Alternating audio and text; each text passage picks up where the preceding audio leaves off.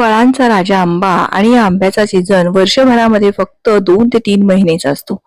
पण वर्षभरासाठी आंब्याचा रस आपण आज बिना प्रिझर्वेटिव्ह, बिना साखर किंवा बिना फ्रीज शिवाय सुद्धा तुम्ही हा वर्षभर आंब्याचा रस असाच कुठेही किचन काउंटरवर किंवा ट्रॉलीमध्ये कुठेही साठवू शकता.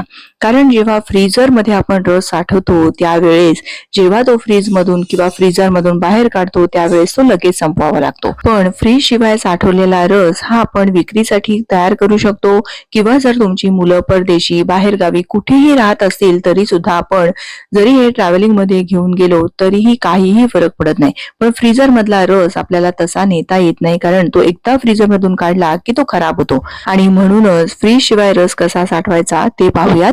नमस्कार, मी प्रिया, तुमच्या सगळ्यांचं खूप खूप मनापासून स्वागत. इथे मी हे आमचे घरचेच आंबे घेतलेले आहेत आणि बघा 1 डझन हे चांगले पिकलेले असे आंबे आहेत. हे ऑर्गॅनिक पद्धतीने पिकवलेले आहेत. हे ओळखण्याची खूण म्हणजे हे आंबे असे ना थोडेसे सुरकुतलेले दिसतात. आपल्याला वाटतं हे खराब आंबे आहेत, पण हे नैसर्गिकरित्या पिकवलेल्या आंब्याची ही खूण आहे. नैसर्गिकरित्या जेव्हा आंबा पिकवतात त्यावेळेस त्याच्यावर बऱ्याचशा अशा सुरकुत्या उमटलेल्या असतात. चांगले पिकलेले आणि चांगल्या प्रतीचे आंबे आपल्याला निवडायचे आहेत. आता हे आंबे मी स्वच्छ धुवून आणि पुसून घेतलेले आहेत. कुठेही ओला हात, आपल्याला ओलं कुठलंही भांडं वापरायचं नाहीये. आणि जे आपण सुरी, चमचा जे काही वापरू ते अगदी कोरडं असावं. बघा या पद्धतीने साल काढल्यामुळे अतिशय पातळ अशी साल निघते. हा घरचा चमचा हापूस आंबा आहे, त्यामुळे अतिशय पातळ अशी याची साल आहे. सगळ्या साली याच पद्धतीने काढून घ्यायच्या आणि मग असा हा आंब्याचा गर काढून घ्यायचा आहे. हे असं केल्यामुळे काय होतं, एखादा आंबा साका असेल किंवा कुठे खराब असेल, कुठे डागळला असेल तर या पद्धतीने रस काढल्यामुळे तो भाग आपल्याला पटकन लक्षात येतो आणि मग तो भाग आपल्याला काढून टाकता येतो. म्हणून या पद्धतीने असं रस काढणं मला सोयीचं वाटतं. आता साधारण 1 डझन आंब्याचे हे सगळे मी काप असे तयार करून घेतले. त्यानंतर मिक्सरचं भांडं घ्यायचं, ते सुद्धा अगदी कोरडं असावं. कुठेही ओला चमचा किंवा ओलं भांडं वापरू नये. आता यामध्ये साखर वगैरे काहीही न घालता मिक्सरमध्ये याचा पल्प काढून घेतला. इथे पल्प काढून ठेवण्यासाठी मी स्टीलची कढई वापरणार आहे. अजूनही गॅस चालू केलेला नाहीये आणि या कढईमध्येच आपल्याला हा पल्प सगळा काढून घ्यायचा आहे. जर कढई तुमच्याकडे स्टीलची नसेल तर नॉनस्टिक वापरा शक्यतोवर, पण ॲल्युमिनियम किंवा धातूची म्हणजे लोखंडी वगैरे वापरू नका. आता हा सगळा रस मी काढून घेतला. तोपर्यंत आपल्याला आणखीन एक पूर्वतयारी करून ठेवायची आहे. ती म्हणजे या अशा ज्या बॉटल्स असतात ना त्या आपल्याला जमा करून ठेवायच्या. स्वच्छ धुवून पुसून वाळवून घेतलेल्या आहेत. आणि या बॉटलच्या झाकणाला बघा हे असं रबर कोटिंग असतं. तर ह्या अशा पद्धतीच्या ज्या बॉटल्स असतात त्या उन्हामध्ये मी स्वच्छ धुवून पुसून आणि वाळवून घेतल्या आहेत.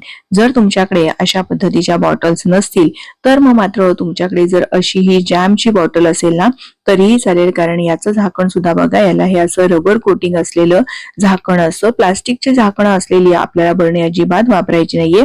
या सगळ्या बरण्या व्यवस्थित आतून कोरड्या असायला हव्यात, उन्हामध्ये वाळवून घेतलेल्या असायला हव्यात आणि या झाकणाला असं रबर कोटिंग असायला हवं. अशाच बाटल्या आपल्याला वापरायच्या आहेत. आता इथे आपण हा आंब्याचा रस उकळवून घेणार आहोत. आता मी गॅस चालू केला.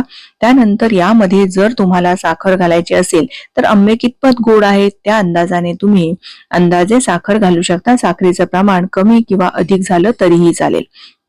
साखर हे नैसर्गिक प्रिझर्वेटिव्हचं काम करते, त्यामुळे जर तुम्हाला चालत असेल तर तुम्ही साखर यामध्ये घालू शकता. पण मी एकही कण यामध्ये साखर घातलेली नाहीये. मी यापूर्वी सुद्धा रस हा कसा स्टोर करून ठेवायचा हे दाखवलेलं आहे, पण त्यामध्ये मी साखरेचा वापर केला होता.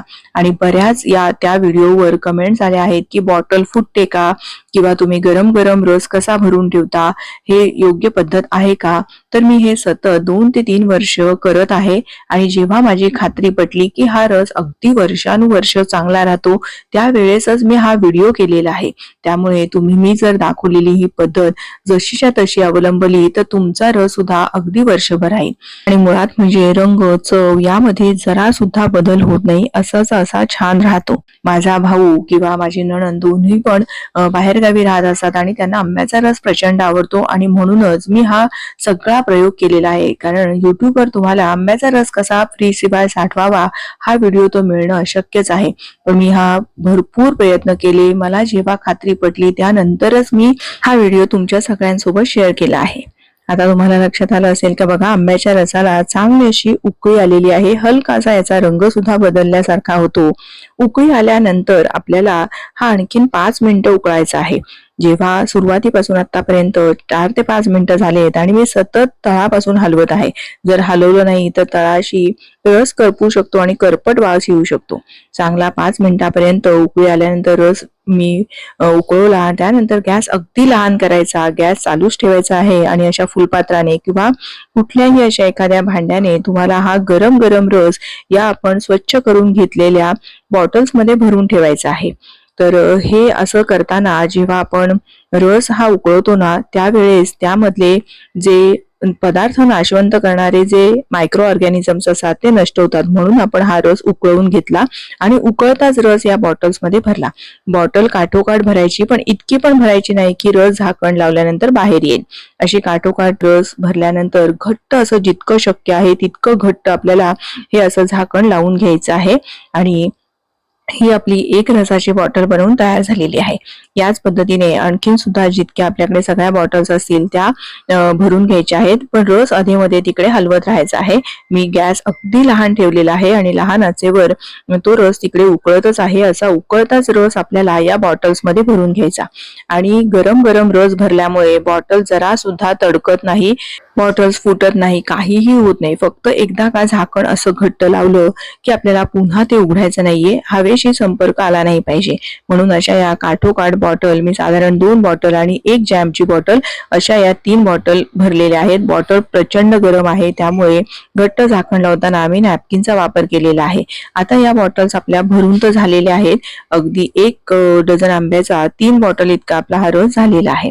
आता आपल्याला याला उकळवायचं आहे. त्याकरता इथे मी एखाद्या मोठ्या पातेल्यात किंवा कुठल्याही मोठ्या भांड्यामध्ये पाणी असं उकळायला ठेवायचं आहे.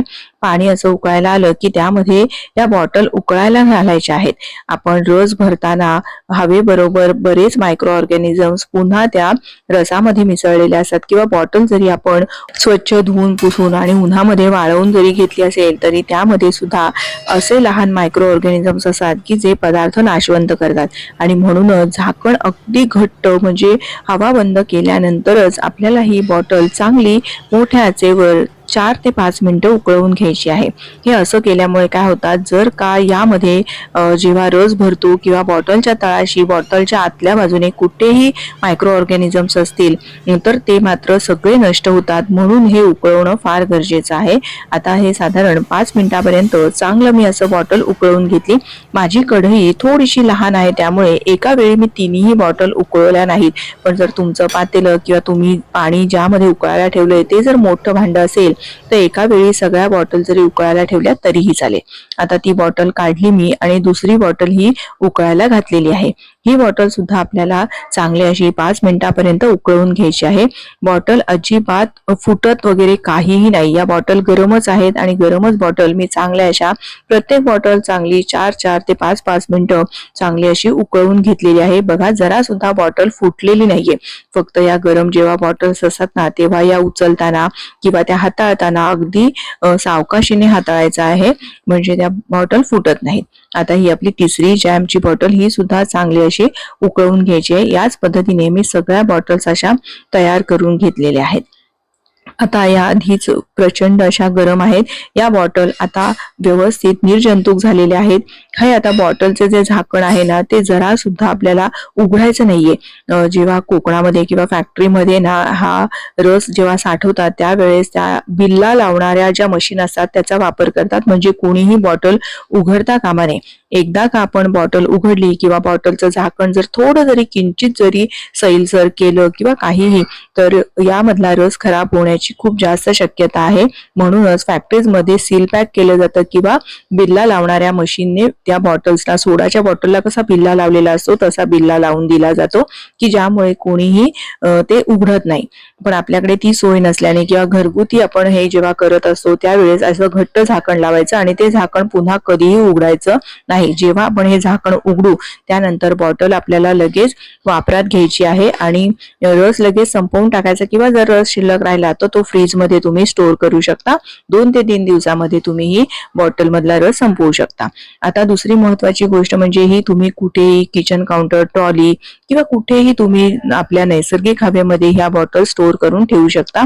फ्रीज मध्ये किंवा फ्रीजर मध्ये ठेवण्याची काहीही गरज नाहीये. कधी कधी 3-3, 4-4 तास लाईट जातात, अशा वेळी फ्रीजर मध्ये ठेवलेला रस कधी कधी खराब होऊ शकतो. तर हा फ्रीज शिवाय रस साठवला तर फ्रीज मध्ये गर्दी सुद्धा होत नाही. जर तुम्हाला मुलांना परदेशी ट्रॅव्हलिंग मध्ये हा रस द्यायचा असेल, त्यांच्या घरी पाठवायचं असेल तर अजिबात खराब होत नाही. त्यामुळे ही पद्धत तुम्हाला थोडी जरी आवडली असेल तर प्लीज व्हिडिओला एक लाईक करा, तुमच्या मैत्रिणींना, नातेवाईकांना जास्तीत जास्त शेअर करा. अशा छान छान प्रमाणबद्ध रेसिपीज पाहण्यासाठी प्रियाज किचनला सबस्क्राईब करा. पुन्हा लवकरच भेटूयात. धन्यवाद.